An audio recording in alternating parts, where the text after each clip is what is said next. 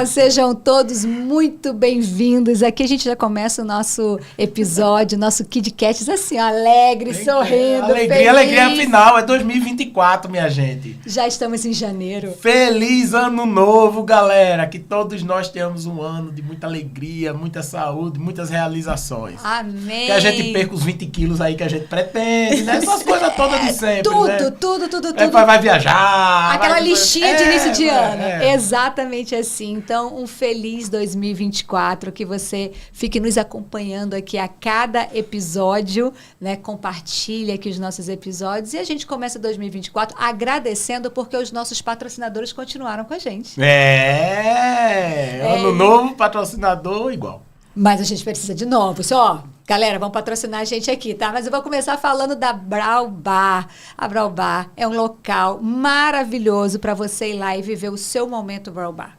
Agora, eu estou falando da Brau Bar Ponta Verde, que fica ali na Deputado Zelades, que é a primeira Brau Bar de Maceió e é a melhor. Então você, mulher, homem, que quer se cuidar, quer viver o seu momento Brau Bar, vai aparecer aqui agora na sua tela o Instagram e você vai lá e conheça todos os serviços e viva o seu momento, que é maravilhoso.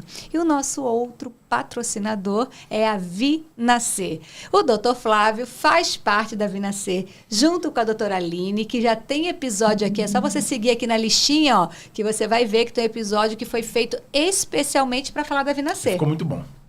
E ficou muito bom. Vai passar aqui na tela agora o Instagram da Vinascer. E a Vinascer, mamãe e papai, é para você que quer ter ali e merece escolher o seu pediatra da sala de parto. Mas você vai começar essas consultas ainda na gestação. E você vai ter ali, criar toda uma intimidade, um vínculo emocional com o seu pediatra, que ele vai participar ali da sua sala de parto, receber o seu filho, a sua filha, que é o nosso bem maior. E depois, claro, vai continuar acompanhando aí o desenvolvimento do seu filho. Então, conheça a Vinascer, conheça um pouquinho ali da trajetória do Dr. Flávio e da doutora Aline, que vocês vão se apaixonar e vão querer fazer parte da Vinascer.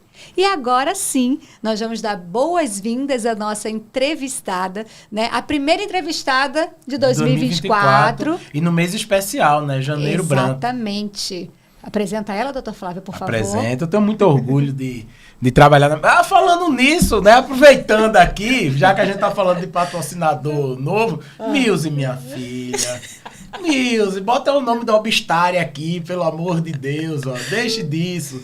A Milze é lá da Obstária, a gente atende na mesma clínica. E hoje eu tenho a gente tem a honra de receber aqui a Claudemile, que é psicóloga. E é psicóloga do meu filho. Então, é uma pessoa muito mais do que especial, tá trabalhando com ele aí para melhorar algumas coisas, alguns ajustes finos que precisa nele aí. E no mês muito importante, né? Janeiro Branco, vale a pena falar desse tema, né? Vale sim, mas primeiramente eu quero agradecer o convite, né? De estar aqui falando de um tema tão importante que é o Janeiro Branco, né? A saúde mental para as nossas crianças e para os nossos adolescentes aqui no KidCast. Hoje se fala muito que as crianças estão mais ansiosas, mais hiperativas, mais isso, mais aquilo. De fato, as crianças estão. É o meio que está fazendo isso? Ou antes não se tinha diagnóstico, as crianças eram muito mais reprimidas pelos pais, na base da violência ou mesmo de castigo? Se foi a pandemia que teve influência, dá um aspecto geral do que a infância de hoje tentando resgatar com a nossa infância, né? Então, doutor Flávio e Áurea, a gente sempre teve crianças e adolescentes ansiosos. Sendo que, com a passagem da pandemia, a gente percebeu que houve um aumento. Então, no universo de 10 crianças, a gente percebe 4 crianças ou adolescentes ansiosos, né? E houve esse aumento por conta do cenário, né? No processo da pandemia houve isolamento, né? A gente percebe hoje um saldo negativo em relação à parte cognitiva nas crianças, porque eu também sou neuropsicóloga e tenho tido bastante demanda a isso no consultório, né? As deficiências, né? E o quanto que isso interfere também no meio social e familiar daquela criança.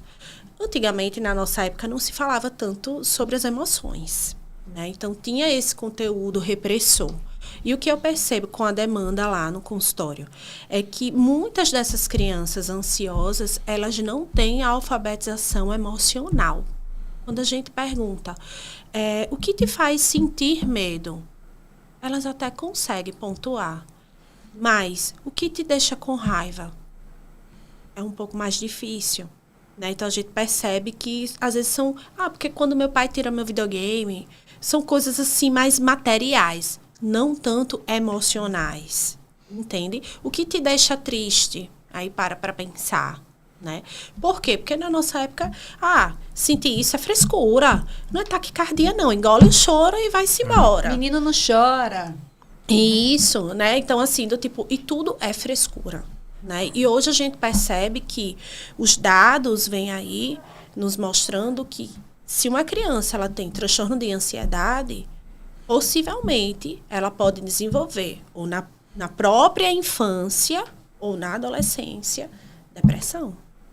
Então, de uns 5 anos para cá eu tenho recebido muita criança com sintomas de depressão e até pensamento suicida.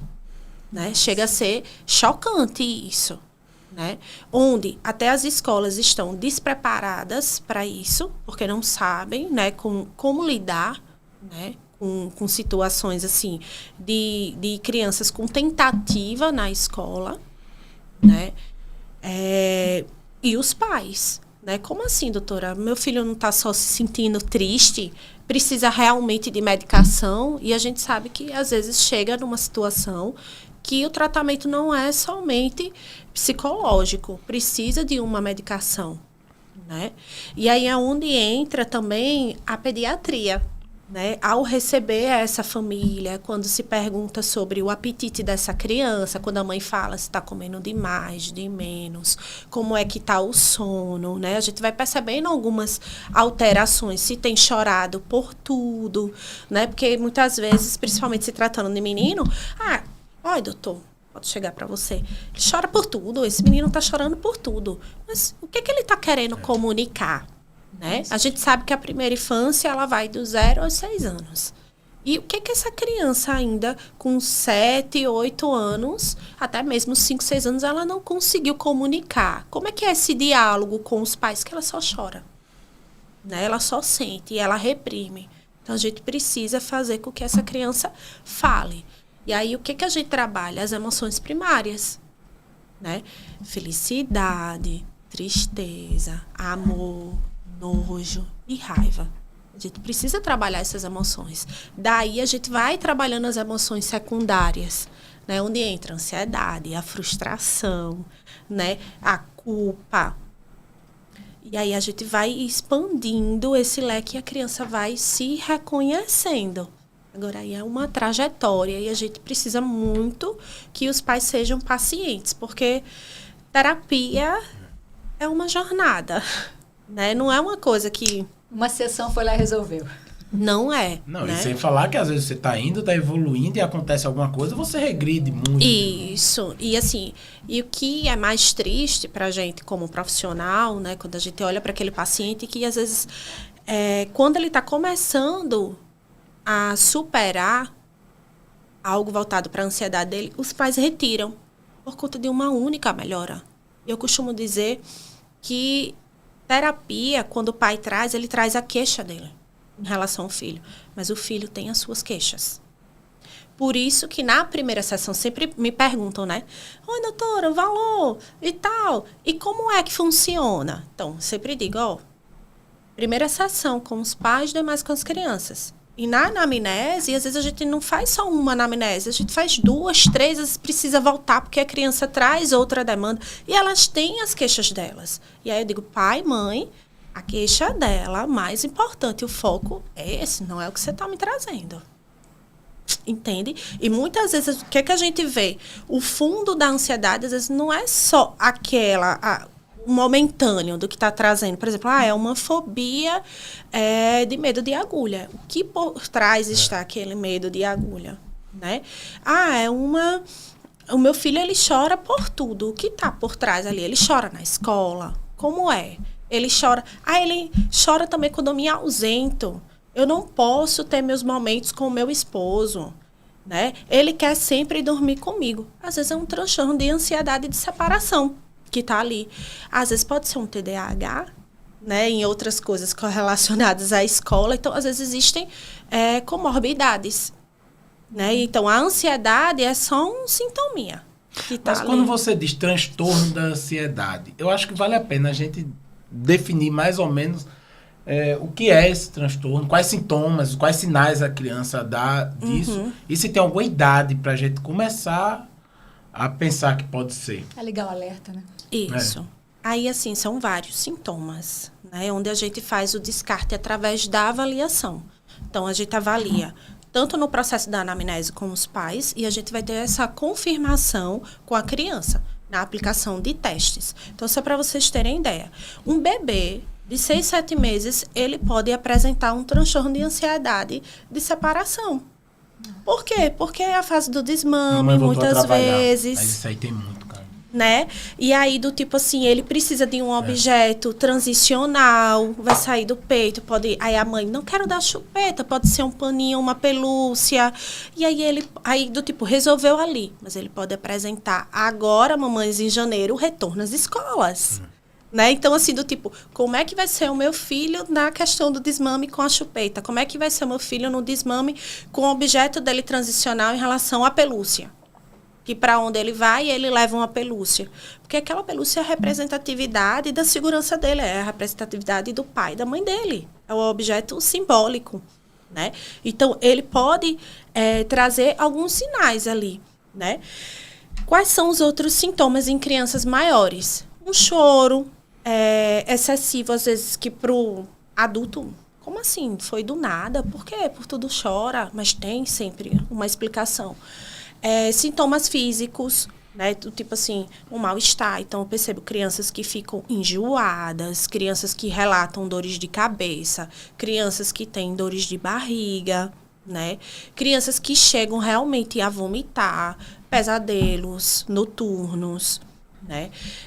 Dificuldade em se concentrar. Então, são vários. E aí, a gente vai elencando e vai aplicando também testes, né? Testes voltados para a personalidade. E a gente pega recursos de testes também com os professores. Os pais a gente aplica também para poder ver. A gente faz entrevista com a cuidadora, que pode ser uma babá, pode ser a avó, né? E aí a gente vai descartando ou confirmando para poder direcionar a melhor forma de tratamento daquela criança. Entende? É complicado, a gente vê muito isso. E assim, geralmente, uma criança ansiosa, muitas vezes a família né? Quando você vê, vem todo mundo, né? Até bebezinho, assim, o bebê não chora, aí vem o pai e a mãe. O bebê chora muito, vem o pai e a mãe. Aí a mãe tem uma avaliação, tudo bem. Ou o pai tem uma avaliação e a mãe tem outra. Não para de chorar, papapá. Aí você pega. Mas como é o ambiente da casa? Aí você começa a ver que o ambiente é muito agitado, que o clima é muito acelerado, né? Que é tudo muito intenso dentro daquela casa. E isso dentro do cérebro de um bebê que acabou de nascer, que é uma esponja, que está se desenvolvendo plenamente, deve ser extremamente ruim para ele, né? Mas a partir de que idade você vale a pena procurar um psicólogo? Porque eu acho que não adianta levar um bebê para um psicólogo se ele A tiver partir chorando. dos 2 anos, a gente já consegue fazer a avaliação. Eu já tenho bebês de 2 anos. Nem Por quê? fala direito. Mas ele consegue representar através do brincar. O brincar fala muito pra gente. Então, uma massa de modelar, a pinturinha, ele vai tentar mostrar ali pra gente um encaixe, entende? A forma como o menino brinca com o carrinho, a menina brinca com a boneca, tudo tá representando. Você vai ter paciência nesses joguinhos. Eu lembro de levar muito a Alana pequena quando ia. Esses joguinhos de encaixe, né? Aí, se você não tem a paciência aí você já vê, opa, mas peraí, é tão pequenininho, não tem a paciência de pegar o coisinha, de formar a torre, ou do quebra-cabeça, né, de procurar a peça. Tentou uma vez, não conseguiu, já empurra o negócio pra lá. Porque a gente... Que você tá rindo? Não sei por que você tá falando de mim, então. Porque é assim que a gente percebe que é. Você Nunca gostei de brincar de Lego. Uma das piores brincadeiras que eu odiava na infância era Lego, pra eu não conseguir encaixar aquele negócio. Ai, daqui da minha frente. A coordenação motora. Fina, né? Aí a coordenação motora fina. Pra você mexer e tudo. E aí você vai percebendo que não tem, que não é. E aí eles, né, estudam pra isso, né? Claro. Porque às vezes em casa a gente olha assim, esse menino não tem paciência pra nada. Mas por que ele não tem paciência pra nada, né? E às vezes até a forma como a gente está conduzindo esse brincar, né? O que a gente percebe? Que às vezes o pai ou a mãe nunca brincaram, né? Ou o pai ou a mãe não tem essa facilidade pro brincado. Tipo assim, digamos que é uma menina, né? E aí o pai diz, eu não sei não como é que brinca, né? Eu tenho uma filha de 2 anos e 5 meses, e aí essa semana o meu esposo disse, tá aqui, porque do tipo, a cada 3 meses eu vou renovando os brinquedos para poder ir fazendo a evolução dela. E aí ele disse, isso aqui eu não sei como brincar. Não, porque do tipo assim, sempre, né? Eu brinquei só com meus irmãos, não teve irmão. Bola, boneco, né? E do peão. tipo, isso, e assim, do tipo, o meu enteado, né? Outro menino. Aí eu disse, então, você vai fazer as outras coisas. Massinha de modelar, você vai desenhar pra ela, né? Então, do tipo assim, trazer isso, brincar com a patrulha canina, entrar nesse universo. E deixe os outros pontos que eu vou. E você vai ensaiando também, né? Tem que aprender. É o novo, vamos ressignificar. Então, a gente percebe que algumas pessoas, alguns pais, podem ter essa dificuldade, né? Mas a gente fala que é o tentar entrar no mundo lúdico da criança, entende? Então, é muito... Tem que ser profissional. Tem que ser profissional. Agora, a família tem que querer, né? Não acha que o profissional vai fazer tudo sozinho, o trabalho sozinho, né? É quando entra também a parte da gente de orientação familiar, né? E muitas vezes, assim, é triste, mas a gente percebe que muitos pais, né, figura masculina, não entra no processo, né? Tem essa dificuldade de aderir ao tratamento. E isso implica, né, na evolução da criança, né? Porque o pai é essa figura de proteção e de super-herói, né? Independentemente, seja para o menino ou para a menina, né? E quando... É ótimo, imagine, quando você vai buscar o seu filho, como é que ele reage? Você vai buscar ele na escola. Ele geralmente pula em cima de mim. Né? Então, assim, do tipo, papai é a força, né? Ele confia em você. Né? E a gente percebe isso na criança, né? Você vai dar comida pro bebê, ele... Existe gesto mais lindo, assim, ele abre a boca, ele não sabe nem o que você tá dando para ele. Então, é o que os nossos filhos esperam da gente, né? Esse ato de confiança mútua ali, né? Que esse amor, ele possa ser uma via de mão dupla. Sim. Né? É o que eu sempre falo para os pais. A gente precisa trabalhar em via de mão dupla. Eu sozinha não consigo. Então, muitas vezes eu preciso fazer esse trabalho com a escola, ir na escola, fazer a visita escolar, né? Trabalhar, é um trabalho em equipe. Já teve situação de você estar ali atendendo a criança e você também indicar a terapia para o pai e para a mãe, procurar um profissional, que eles também precisam de terapia. Não adianta você só cuidar da criança se os pais não estiverem, não digo nem envolvidos no processo com a criança, mas para eles também não cuidarem da saúde mental deles, eles precisam disso. Bem recorrente. Ontem, eu recebi uma ligação da mãe, né? Porque às vezes eu costumo dizer assim, que o quão é importante a gente nós não sermos distantes emocionalmente com a família. Porque, assim, a gente trabalha de uma forma empática. É o que seja... É para ser o ideal, né? Então, assim, os pais, eles têm o meu número, que é um número só, profissional e pessoal. E aí essa mãe... Meu Deus, a mãe de um adolescente. Ele reagiu assim. Melhor. Ela estava num processo de irritabilidade, né? E uma mãe ansiosa, do tipo, vamos parar a sessão. Aí eu... Volta. Me conta o que foi que houve. E aí a gente detalhou tudo. Eu disse, você está precisando retomar a sua terapia. Né? Porque isso tem a ver com isso. São as suas feridas de lá da infância. Né? Então, assim, é bem constante isso. Né? Assim como indicação para terapia de casal. Por quê? Porque muitas vezes a comunicação do casal reflete diretamente no processo da criança. Quantas vezes a gente percebe o pai tem uma conduta e a mãe tem outra, e isso atrapalha. E a criança fica no meio, né? Se for separados, então, hein? E, assim, do tipo, implica negativamente para o processo da criança. No lugar dela evoluir, ela involui. Entende? No sentido de, ela vai para o lado que dá mais, é óbvio.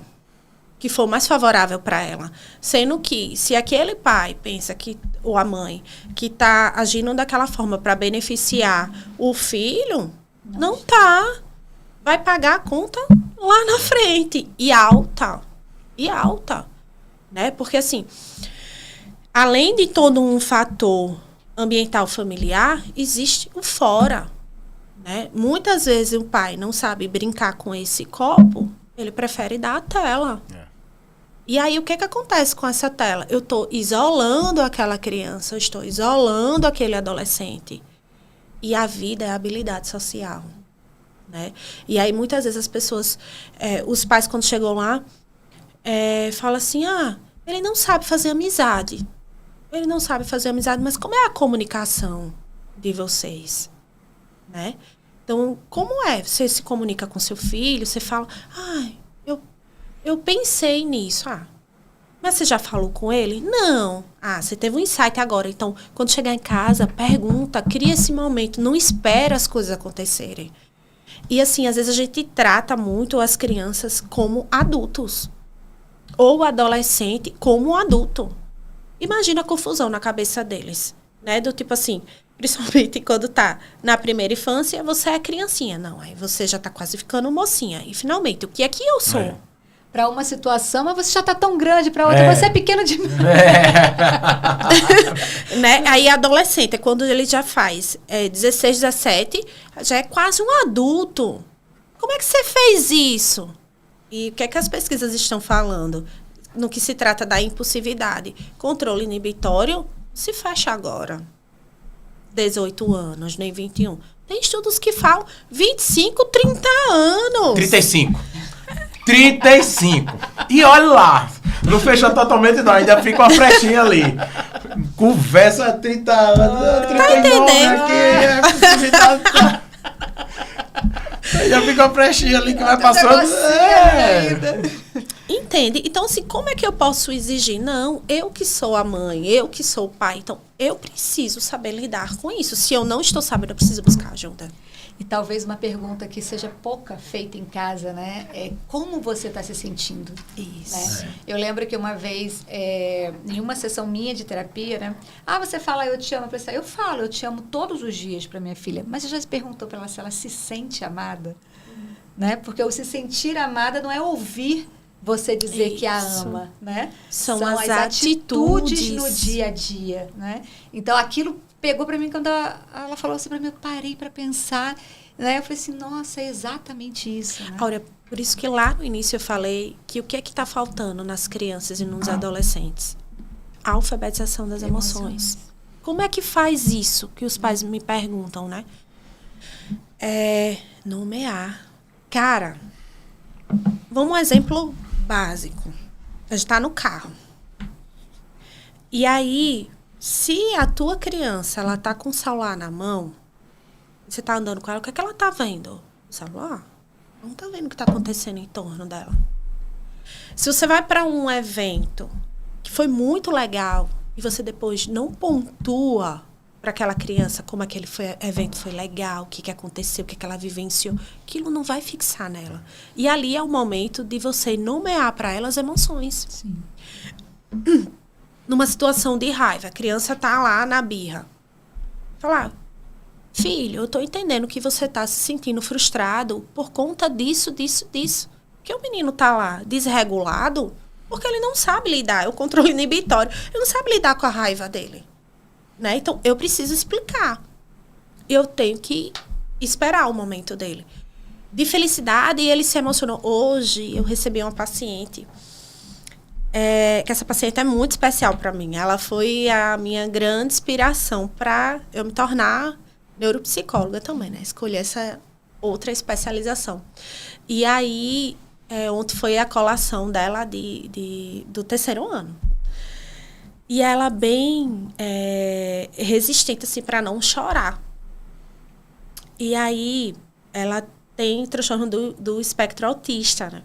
E aí, ela pegou o papelzinho dela, na filmagem mostra, ela começou a ler, quando ela viu que começou a embargar a voz, ela dobrou, guardou.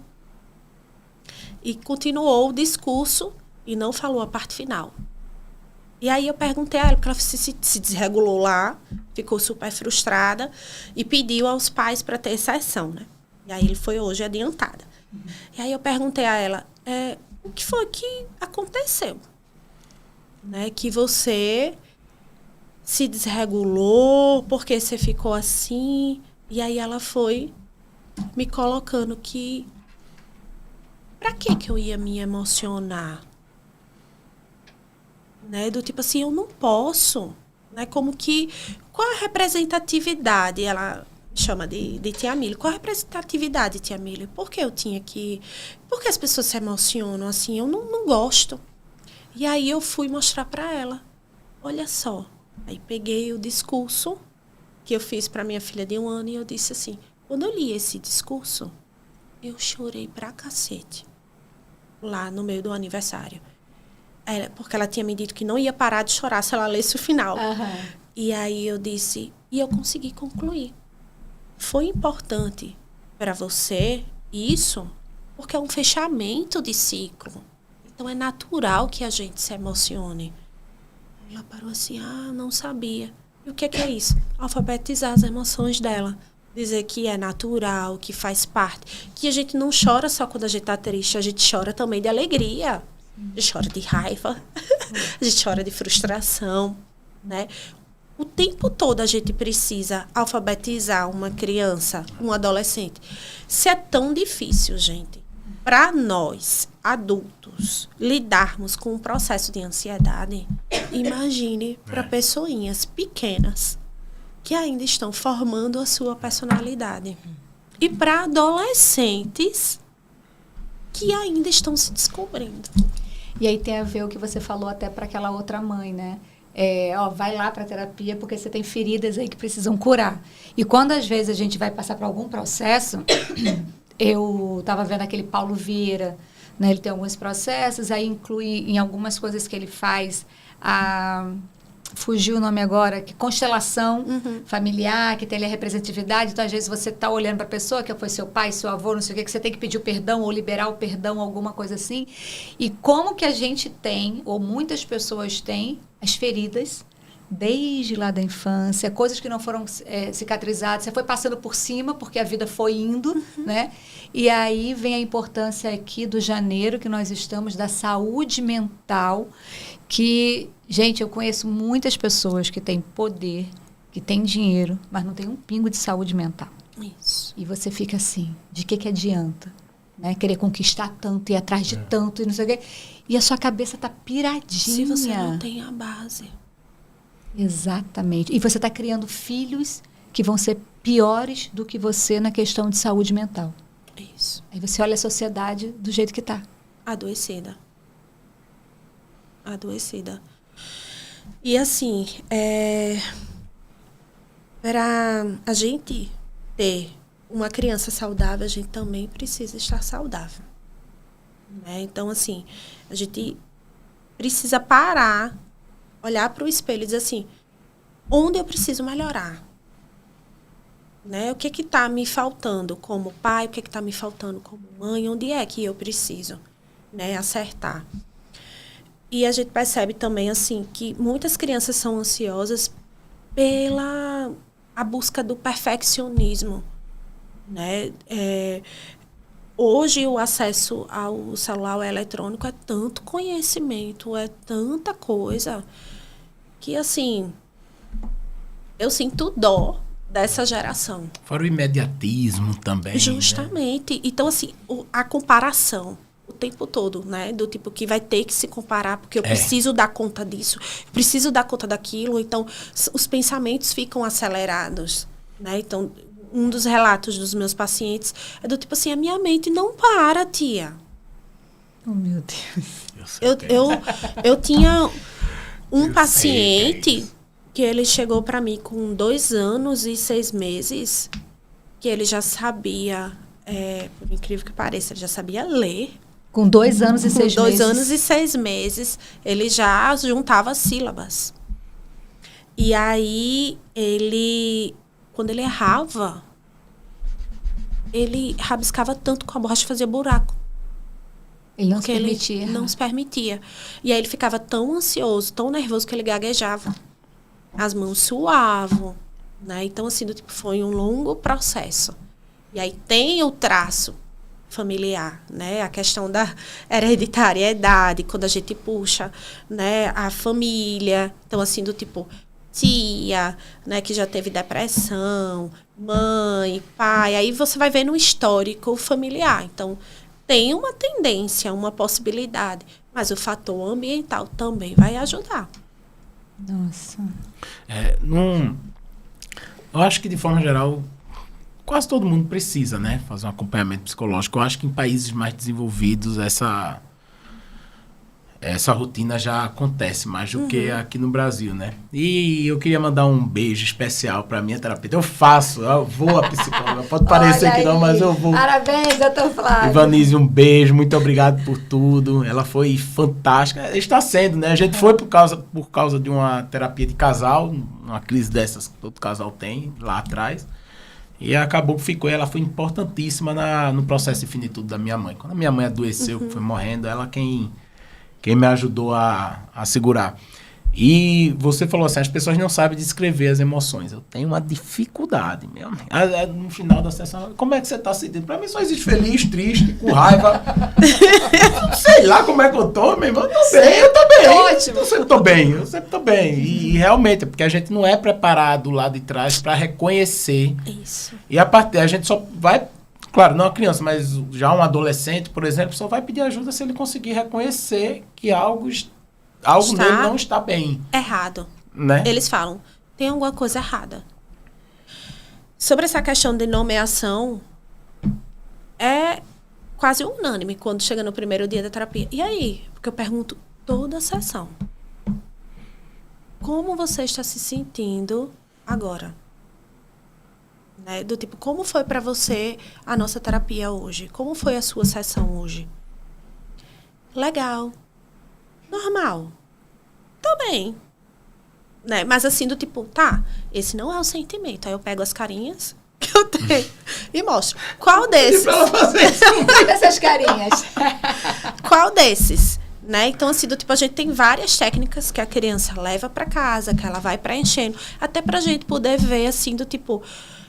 categorizar. Sim. Qual é a emoção mais predominante nessa criança, né? E a gente vai ver no termômetrozinho e ela vai marcando, né? Do tipo, é isso, é aqui, é esse sentimento, eu sinto mais raiva. Então a gente precisa direcionar um trabalho voltado para lidar com a raiva, né? Do tipo, é tristeza, que a gente precisa direcionar. Então é um termômetro para a gente e para a criança e para os pais. E quando uns pais podem notar que a criança está saindo de uma ansiedade por uma depressão. Você disse que essas crianças têm um maior risco no futuro evoluir com depressão. Qual é a virada de chave aí? Isolamento. É aquela criança que já não quer mais sair de casa para coisas que ela gostava de fazer antes. Né? Ela não está brincando tanto, a mudança do apetite, né? Do tipo, ela pode comer demais, porque existe a depressão ansiosa, né? Uma tristeza, você percebe que uma baixa autoestima, então é aquela criança que se desvaloriza, assim, por tudo, ela já passa a achar que ela não é capaz de mais nada, né? E o semblante da criança fala muito, o quanto é importante o pai e a mãe olhar nos olhos do filho. É isso que eu falo da comunicação, o quanto que é importante. E aí, do tipo assim, eu digo, pais, não espere a coisa se agravar. Você já está percebendo algum sintoma de ansiedade, busque logo ajuda psicológica para o seu filho. Porque ali pode ser somente uma ansiedade ou pode ser um indicativo de um transtorno, né? E não espere que isso desencadeie num processo depressivo. Porque aí já sai de para 2 coisas. E às vezes quando a gente vai investigando 3, aí já vai para um transdiagnóstico, né? E é muito mais doloroso para aquela criança. E do tipo assim, às vezes até um sintoma, por exemplo, uma perda que uma criança teve. Né? Como é que ela elaborou o luto? Eu me deparo com muitos pais que falam assim, preferi não levar ele no cemitério. Mas a criança vivenciou tudo aquilo. Viu o pai e a mãe chorando, acompanhando no médico, conviveu e tal. O ideal é que a criança ela passe por todas as etapas para ela elaborar esse luto. Mas ela nem percebeu. Tá ali, guardada. Né? Então, assim, a gente tem muita coisa a ser trabalhada. Então, é um rastreio que a gente precisa fazer. Né? É um rastreio visual de testes, é um rastreio auditivo. A gente precisa sentir, né, essa família. Toda a compulsão e a ansiedade andam de lado a lado. Mas quem é muito compulsivo é ansioso? Com certeza. Sai daqui, péssimo. Péssimo. Marca logo Mas amanhã. você tem terapeuta, então você já passa uma mensagenzinha para ela. Mas eu até consigo me controlar. Eu sou muito compulsivo por comida. Mas quem é compulsivo por uma coisa, geralmente não é só por uma. Né? Geralmente por outras que às vezes eles nem conseguem notar, vamos dizer assim. Vamos depois gravar um KidCast Depois sobre TDAH. Não, era o que eu ia dizer. O próximo tema vai ser eu. A gente vai botar minha foto aqui. Vamos falar Olha que o Dr. Flávio. Vamos falar sobre mim. E aí a gente fala sobre essa compulsividade. Por quê? Só uma A brechinha compulsão está aí, mais pessoal. relacionada com o TDAH? Não. É porque o teu caso, tu é Não, TDAH. eu sou... Então, o que acontece? Agora a minha medicação foi chinelada. Quando mano. estar no hiperfoco, aí digamos que eu tô agora hiperfocado. Em quê? Pode ser que eu saia do chocolate e entre hiperfocada no beach tênis. Geração saúde eu sou agora. Entendi. Mas é uma compulsividade aqui. Aí eu tô de domingo a domingo no beach tênis.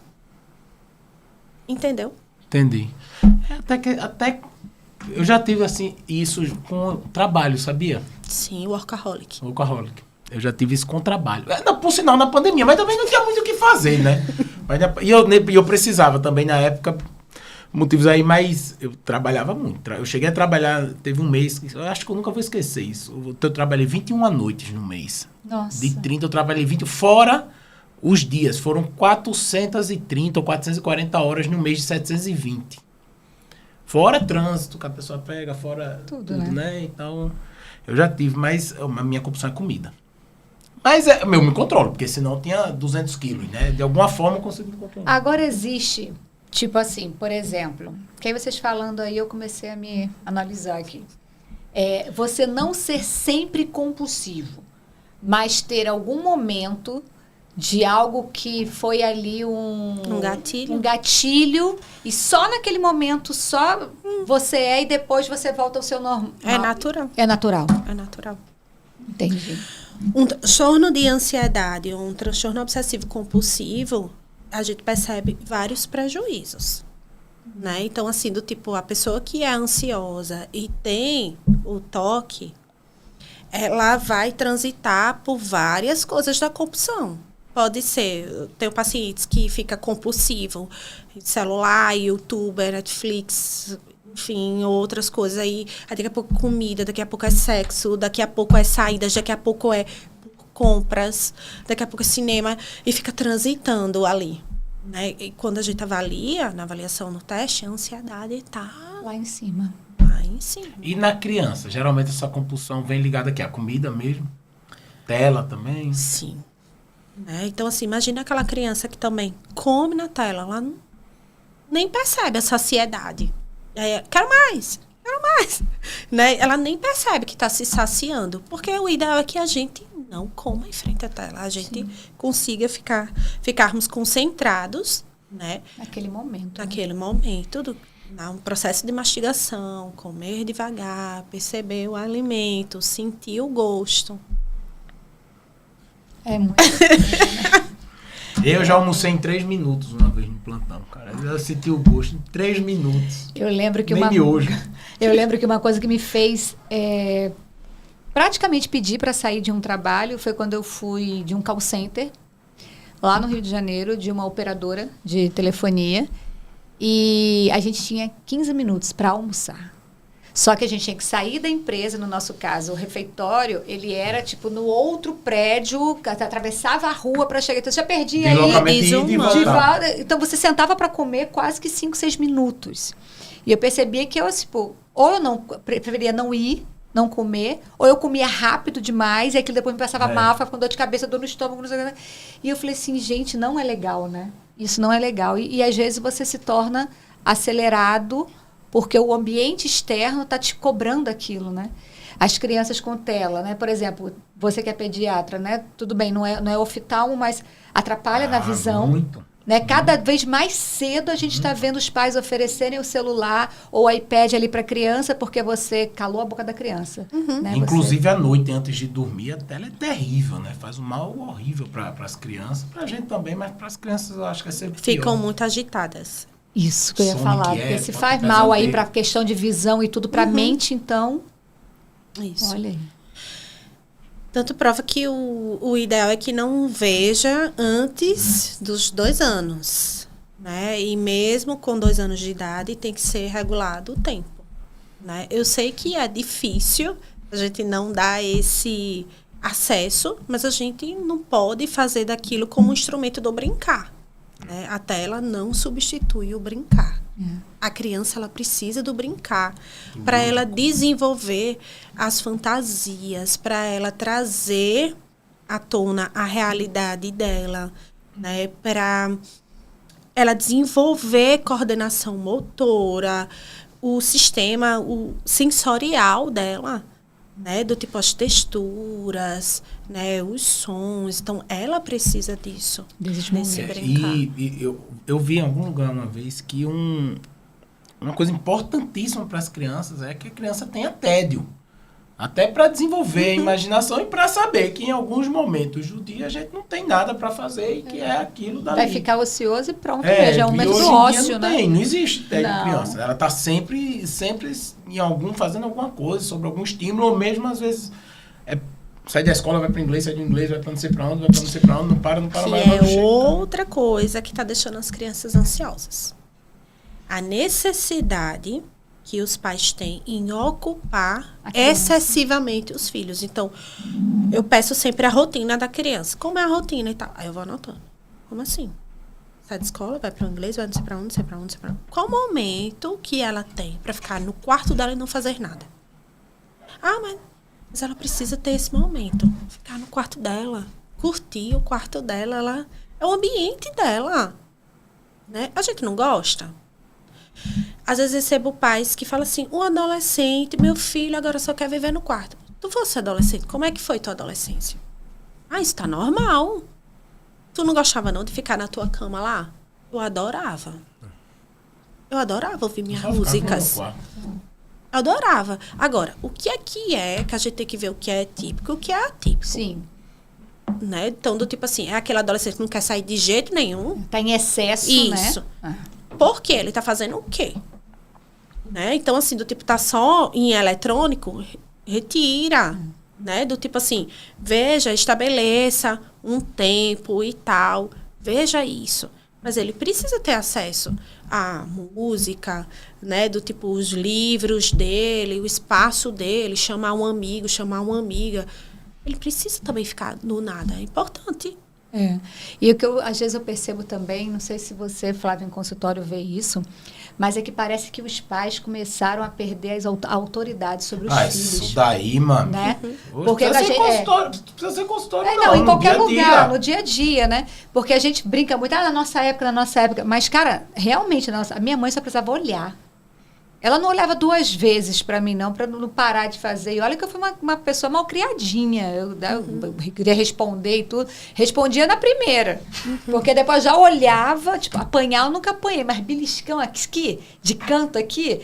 E a gente obedecia. E eu nunca tive... Não era aquele medo de pânico, mas eu tinha um respeito pela minha mãe. E hoje você não vê isso. As crianças fazem gato e sapato dos pais. Os pais sem autoridade nenhuma. Não tem tempo, aí compra o tempo do filho.